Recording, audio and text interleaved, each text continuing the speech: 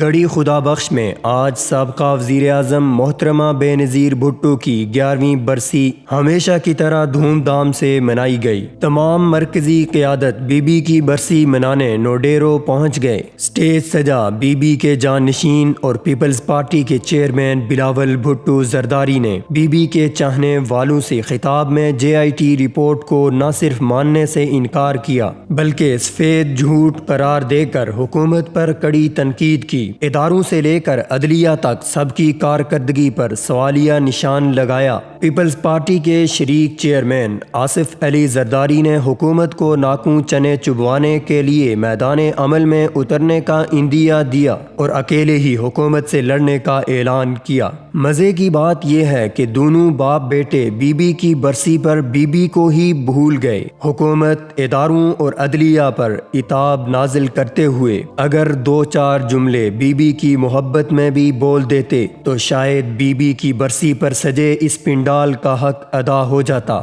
مگر be be کی میراث نے تو حکومت وقت کو آڑے ہاتھوں لیا۔ اپنے ناکردہ کارناموں کی فہرست گنواتے ہوئے لوگوں کو جھوٹے خواب دکھائے، وعدے کیے، دعوے کیے، تالیاں سمیٹیں، حکومت کے جانے کے دن گنوائے، اپنی مظلومیت کا رونا رویا۔ کبھی جن کاغذی شیروں کو سر عام تنقید کا نشانہ بنایا جاتا تھا، آج کرپشن و چوری میں وہی بھائی بند بن گئے۔ لیڈران حکومت کو للکارتے رہے اور بھٹوئزم کی شکار عوام کو جادوگر اپنی باتوں کے سحر میں جکڑتا رہا اور ہر عقیدت مند کو بھٹو کا خطاب دے کر قربان گاہ کے لیے تیار کرتا رہا۔ بھٹو ایک نظریے اور جدوجہد کا نام تھا۔ بی بی نے اس جدوجہد اور نظریے کو آگے بڑھانے کی کوشش کی، اس سے قطع نظر کہ وہ کس حد تک اپنے شوہر آصف علی زرداری کے اثر میں تھی، مگر اس بات میں کوئی شک نہیں کہ بی بی ایک عظیم سیاست دان تھیں اور ان کے جانے کے بعد پیپلز پارٹی کی قیادت جن لوگوں کے ہاتھ میں آئی، ان کی سیاسی لیاقت، خلوص اور تدبر اس بات سے ثابت ہوتا ہے کہ ملک گیر جماعت کی بساط اب ایک صوبے تک محدود رہ گئی ہے۔ بھٹو کے نظریے اور جدوجہد کے علمبردار کب تک اس کے نام کو بیچ کر اپنا سیاسی کاروبار چمکائیں گے؟ کرپشن کا انبار اور ملک کی دولت کو لوٹ کھسوٹ کرنے والے کب تک مظلوم عوام کی گردنوں پر پاؤں رکھ کر اپنا علم بلند رکھیں گے؟ اور یہ کیسی عوام ہے جو قربان ہوتے ہوئے اپنے مالک سے کسی اجر کا سوال نہیں کرتی؟ کیا ان کے مائی باپوں کو سندھ کی دھول اڑاتی ہوئی سڑکیں نظر نہیں آتی؟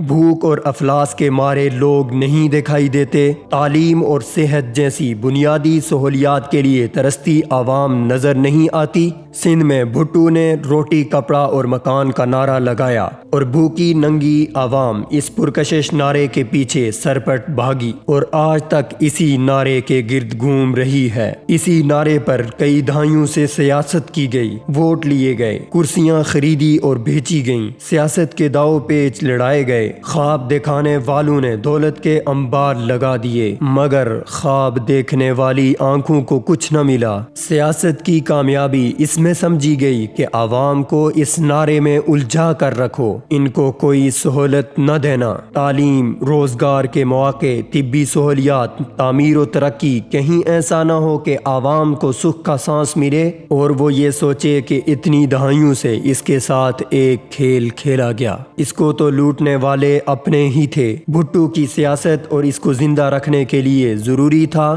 کہ عوام کے خوابوں کو تعبیر نہ دی جائے، اور پھر یوں ہوا کہ بھٹو زندہ رہا اور عوام مرتی رہی۔ بھٹو کی سیاست کو چار چاند لگانے کے لیے عوام نے اپنی جانیں قربان کیں۔ بھٹو کی زندگی کے لیے لوگوں کے خوابوں کی موت ضروری تھی، سو قربانی دی اور مسلسل دی۔ بھٹو کی اصلاً اور نسلاً موت ہو گئی، مگر اس نعرے کا سحر آج بھی سندھ کی عوام پر قائم ہے کہ زندہ ہے بھٹو، زندہ ہے کہ نعرے کو بی بی کی شہادت نے امر کر دیا۔ بھٹو کی برسی ہو یا بی بی کی، گڑھی بخش میں جھومتے رقص کرتے جسم اور مسکراتے چہروں کو دیکھ کر کسی بھی عاقل ذہن میں یہ سوال ابھرتا ہے کہ یہ عقیدت ہے یا جہالت، یا پھر کوئی اور جذبہ جس نے عوام کے اندر سے شعور ختم کر دیا ہے۔ یہ کون لوگ ہیں جو اپنے حق اور اپنے رہنما کے فرائض سے آگاہی نہیں، جو اپنے حق کو احسان سمجھ کر وصول کرتے ہیں۔ آج بھی بھٹو اور بی بی کی برسی پر کروڑوں روپے لٹائے جاتے ہیں، مگر کوئی مجنوں اٹھ کر یہ سوال نہیں کرتا